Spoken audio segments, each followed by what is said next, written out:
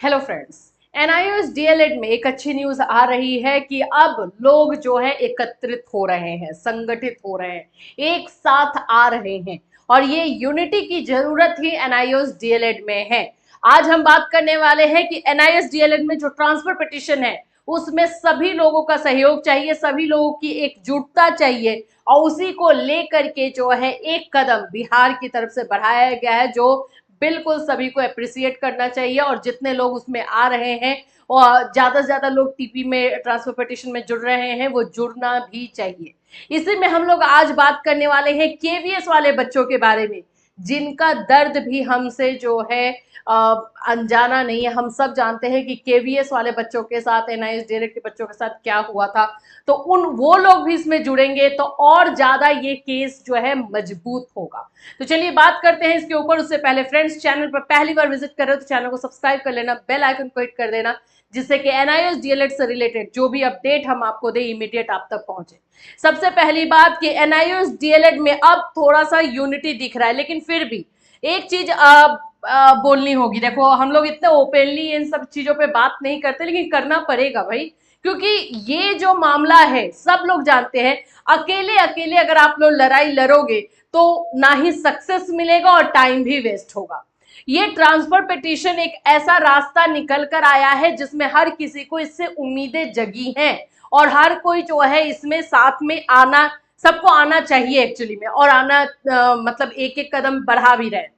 जैसे कि कल आप लोगों ने एक इंटरव्यू देखा होगा पप्पू सर का, उन्होंने बहुत जेन्युइन और सही चीजें जो बोली, कुछ जो मुझे बहुत अच्छा लगा और कुछ चीजें ऐसी भी थी जिसमें कि ऐसा लग रहा है कि अभी भी एनआईओएस डीएलएड में जो एकता है, जो यूनिटी है, उसकी कमी दिखाई दे रही है। देखिए, जो ट्रांसफर पिटीशन वाला मामला है जो उत्तर प्रदेश से है और वो जो सुप्रीम कोर्ट में गया है, ये केस को स्ट्रांग बनाना है। केस है और अच्छा है, लेकिन अभी भी ऐसा आप लोगों ने, ऐसा कुछ नहीं हो गया है जिसपे कि हम एकदम बोले कि हाँ अब तो जीत हमारी एक कदम दूर है। वैसा भी कुछ भी नहीं हुआ है, अभी कुछ भी वैसा नहीं हुआ है। अभी हमें ज्यादा से ज्यादा लोगों को उसमें जोड़ना है, जिसके लिए जो है टीम काम कर रही है, बहुत अच्छी बात है। लेकिन इस तरह से अगर कोई चीजें आ रही है कि मतलब कि अभी भी जो है वो एकजुटता नहीं दिखाई दे रही है, तो ये सुनकर के भी खराब लगता है कि भाई जब लोग आगे से आ रहे हैं, सामने से आ रहे हैं, तो आपको समझना चाहिए कि एनआईओएस डीएलएड का मामला सिर्फ एक इंसान का नहीं है, वो पूरी इंडिया का मामला है। 14 लाख अभ्यर्थी से सफर कर रहे हैं, तो सभी को एक साथ आना ही होगा। अब यहाँ पर जो है बात, जो कल के इंटरव्यू में उन्होंने कहा है कि हाई कोर्ट वाला मामला, जो एसएलपी वाला मामला है, वो भी वो लेकर के चलेंगे। जो सुप्रीम कोर्ट वो लोग गए थे एंड सुप्रीम कोर्ट से उन्हें हाई कोर्ट भेजा गया कि हाई कोर्ट के थ्रू आप आइए तो आपकी बातों को सुना जाएगा। उस मामले को भी वो साथ में लेकर के चलने वाले हैं। ये और अच्छी भी बात है कि एक तरह से एक ऑप्शन जो है आपके साथ ही चलेगा। लेकिन अभी जो सभी को करना चाहिए वो ट्रांसफर पिटीशन पे पूरा फोकस करना चाहिए। ट्रांसफर पिटीशन में जितने ज्यादा स्टेट जुड़ेंगे, अब आप लोग, ये मुझे आज ही एक कॉल आया और वो आई थिंक पटना से या बिहार बिहार से जो थे, एक थे, उन्होंने बोला कि मैम केवीएस वाले मुद्दे को क्यों नहीं उठाया जा रहा है। और मुझे मैसेजेस भी बहुत ज्यादा आ रहे हैं कि केवीएस वाली बातों को क्यों अनछुआ कर दिया जा रहा है। केवीएस का मामला बहुत संगीन है और बहुत, अगर उसको सुनेगा, कोर्ट भी सुनेगा, तो उसको भी लगेगा कि हाँ ऐसा हुआ है। केवीएस में जैसे आप लोगों को पता है कि जो स्टूडेंट्स का सिलेक्शन एनआईएस डीएलएड वालों का हुआ था, रिजल्ट आया एंड देन उसके बाद ये जो डिसीजन आया, उसके बाद उन लोगों को मना कर दिया गया जो लोग सिलेक्ट हुए थे। केवीएस में सिलेक्ट होना इतने ये मामूली बात नहीं है, आप लोग भी जानते हो। तो जो बच्चे इस कोर्स के बदौलत आगे जो है मेहनत उन्होंने की और केवीएस में सिलेक्शन जो है उन्होंने लिया, लेकिन क्योंकि सुप्रीम कोर्ट का ये फैसला, ये डिसीजन आया, जिसकी वजह से केंद्रीय विद्यालय ने जो है मना कर दिया उन्हें और उन्हें जो है नौकरी नहीं मिली, इस मामले को भी क्यों नहीं उठाया जा रहा है। मुझे उनका पॉइंट बिल्कुल जेन्युइन लगा कि हाँ बिल्कुल उठाया जाना चाहिए, लेकिन एक केस को, सिर्फ केवीएस वाले मुद्दे को उठा करके हम ये सुप्रीम कोर्ट नहीं जा सकते। बट इसमें जो है ट्रांसफर पिटीशन जो ये जा रहा है, जिसमें हर स्टेट के अगर लोग जुड़ते हैं और वो लोग अपने बातों को वहां रखते हैं कि सुप्रीम कोर्ट में, कि जो सुप्रीम कोर्ट में उत्तराखंड वाले मामले को देखते हुए जो डिसीजन दिया गया, सिर्फ इसमें उत्तराखंड नहीं, इसमें अलग अलग स्टेट में अलग अलग बच्चे हैं जो सफर कर रहे हैं, तो वो डिसीजन पर एक बार सोच विचार किया जाए और सोचने वाली बात है। तो इसी तरह से केवीएस वाले मामले को भी जो उसमें अगर लगाया जाएगा तो और ज्यादा स्ट्रांग होगा। मैं आपको बताती हूँ कि जैसे बीएड वर्सेस बीटीसी वाला मामला हुआ था, उसमें अगर आपने देखा होगा तो तुषार मेहता ने जब आर्ग्यूमेंट किया था सुप्रीम कोर्ट में, तो उन्होंने एक बात कही, देखो बीएड वाले मामले में तो अगर मैं बोलूँ तो उसमें उन लोगों का पूरा आरटी एक्ट के अगेंस्ट जा रहा था, ठीक है, गैजेट निकाल दिया गया था, लेकिन सरकार का ये कहना था कि जो गैजेट बना है बीएड वाले मामले में वो गलत तरीके से बना है। एनसीटी ऑटोनॉमी बॉडी है तो वो कैसे किसी के कहने के ऊपर जो है भाई गैजेट बना सकती है। तो वहां पे गैजेट के ऊपर देखो, बना बनाया गैजेट तो था लेकिन उसके ऊपर ही क्वेश्चन उठा दिया गया था। और उसके बाद आरटी एक्ट के अकॉर्डिंग जो है, क्वालिटी एजुकेशन के अकॉर्डिंग वो बीएड एकदम बाहर हो रहा था। लेकिन तुषार मेहता का एक ही आर्गुमेंट था, उन्होंने कहा कि जो बच्चों ने 2018 के गैजेट के आधार पर बीएड किया है, जिनका एज खत्म हो गया है, शादी हो चुकी है, फैमिली स्टार्ट हो चुकी है, उन लोगों का अगर आप हटाते हैं तो आगे क्या करेंगे वो। अब बताओ इसमें क्या था, इसमें कोई ऐसा लॉजिक या कुछ ऐसा पॉइंट था नहीं, यहाँ पे क्या था, भावनाएं, फीलिंग्स, इंसानियत, ये चीजें भी हमें कोर्ट में दिखानी पड़ती है। तो वो पॉइंट्स भी जो है एनआईयूएस डीएलएड वाले बच्चों की तरफ से दिखाना होगा।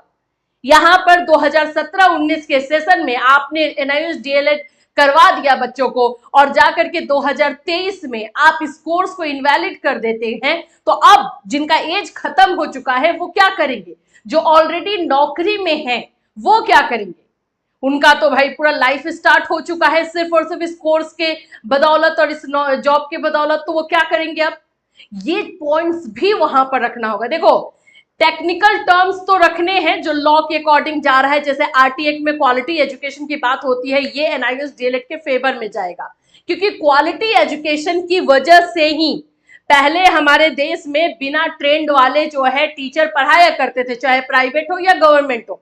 धीरे धीरे रूल चेंज हुआ और ये बोला गया कि नहीं, अब जो है ट्रेंड वाले टीचर को ही पढ़ाना है, चाहे प्राइवेट में नौकरी कर रहे हैं या गवर्नमेंट में कर रहे हैं। उसकी वजह से ये एनआईयूएस डीएलएड का जो है कोर्स करवाया गया, उनको क्वालिटी एजुकेशन की वजह से करवाया गया। तो यहाँ पर जो आरटी एक्ट का जो एक्ट है क्वालिटी एजुकेशन वाला है 21A आर्टिकल वाला, वो इनके फेवर में, आपके फेवर में जाएगा। तो ये सारे पॉइंट्स अभी अधूरे अनछुए हैं, इन सारे पॉइंट्स को रखना है, और इसके लिए हमें वो उतने ज्यादा लोग भी दिखाने पड़ेंगे, वो हमें भावनात्मक तौर पे, फीलिंग वाइज यहाँ ये हो रहा है, और टेक्निकल वाइज जो रूल्स है उसके दोनों तरह से हमें जाना पड़ेगा। तो एनआईयूएस डीएलएड में उम्मीदें ट्रांसफर पिटीशन से बहुत हो रही हैं, लेकिन एकजुटता में कमी अभी भी देखने को मिल रही है।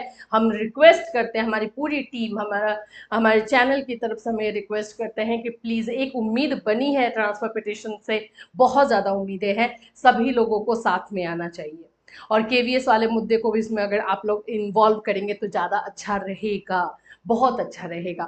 और जितने स्टेट है, देखो वेस्ट बंगाल वाले बच्चे बोलेंगे कि हमारा मामला अलग है, ठीक है, आप प्रेयर मैच करना, प्रेयर मैच करके जाना, लेकिन केसेस को लेकर के जाना। जितने ज़्यादा लोग वहाँ पर, जितने ज़्यादा स्टेट से वहाँ पे जुड़ेंगे ट्रांसफर पिटिशन, उतना ज़्यादा स्ट्रांग होगा। देखो नॉर्मल तौर पे जो बच्चे मुझे कॉल करके ये बोल रहे हैं कि मैम आप ट्रांसफर पिटिशन को इतना स्ट्रांग बता रही हैं, क्या रियली में इससे फायदा होगा? बिल्कुल होगा। आप खुद भी समझो ना कि एक सिर्फ उत्तर प्रदेश के तरफ से जो है बच्चे सुप्रीम कोर्ट जा रहे हैं, वो बोलेंगे कि हमारे साथ ये हुआ वो हुआ, उसी में जो है बिहार के, असम के, जहां जहां से ये प्रॉब्लम है, सारे के सारे स्टेट के रहेंगे, देखिएगा ना सुप्रीम कोर्ट, वहां पे ये सारी चीजों को रखा जाएगा ना, तो ऑफकोर्स स्ट्रांग होगा ना। एक छड़ी और यहाँ पे बंडल्स ऑफ छड़ी, कौन स्ट्रांग होगा? तो डेफिनेटली बंडल वाला होगा। तो इसमें ज्यादा कोई दो राय वाली बात नहीं है। ट्रांसपोर्टेशन में इनको जो है सभी को एक साथ आ रहे हैं। कल के इंटरव्यू में जो पप्पू सर ने कहा कि हम लोग भी जाएंगे और अपना अपना उसमें जो है टैग करेंगे और अपने एडवोकेट को रखेंगे, बहुत अच्छी बात है। इसी तरह से हर एक स्टेट को जो है साथ में आना चाहिए। आपको वहां से आप अलग से भी अपने कुछ लड़ाई लड़ रहे हो, लड़ो, कोई दिक्कत नहीं है, लेकिन उसमें अगर आप जाते हो तो उस केस को मजबूत करो ना, क्योंकि हम सबका मकसद बस यही है। इस विश्वनाथ सर की वजह से आए, पप्पू सर की वजह से आए, बोहरा सर की वजह से आए, किसी की वजह से आए, आप सभी लोग जितने लीडर्स हैं इसमें, चाहे कौशिक दास सर की वजह से आए, किसी की वजह से भी आए, जितने लीडर हैं सबका मकसद बस यही है कि एनआईओएस डीएलएड कोर्स को जो इनवैलिड किया गया है उसको मान्यता दिलाई जाए। हक के लिए आप लोग लड़े हो। तो जैसे कि फ्रीडम फाइटर थे, जो जिन लोगों ने लड़ा था कि क्या हम एक को भूल जाते हैं, क्या सभी को याद रखते हैं, तो सभी को मिलकर आने की जरूरत है। सो ये रिक्वेस्ट है कि सब मिल करके आइए, एकता यूनिटी दिखाइए और प्लीज साथ में लड़ाई लड़िए, फिर देखिए ये लड़ाई कितनी इजी भी हो जाएगी और इसमें सफलता जो बोलते हैं, सक्सेस बोलते हैं, वो आपके ही, हम सभी के, एक्चुअली नॉट आपके, हम सभी एनआईओएस डीएलएड के अभ्यर्थियों के जो है झोले में आकर के गिरे। इससे रिलेटेड कोई और अपडेट होगा डेफिनेटली हम बात करेंगे। अगर आप लोग भी अपना व्यू देना चाहते हो, क्योंकि बहुत सारे एनआईएस डायरेक्ट के बच्चे जो है अपना पॉइंट ऑफ व्यू दे रहे हैं, मैम ये वाला पॉइंट भी रखा जा सकता है, मैम ये भी हो सकता है, तो अगर ऐसा कुछ करना चाहते हैं, आपके दिमाग में भी ये चीजें चलती है, तो बिल्कुल हमारे साथ शेयर कर सकते हैं आप लोग। आपकी आवाज हम बिल्कुल बनेंगे और उसमें अगर पॉइंट्स रहेगा तो बिल्कुल हम लोग जो है लेकर के आएंगे, ताकि एनआईएस डीएलएड को जो है, एनआईएस डीएलएड के केस को जो है मजबूती मिल सके। Till then, take care everyone.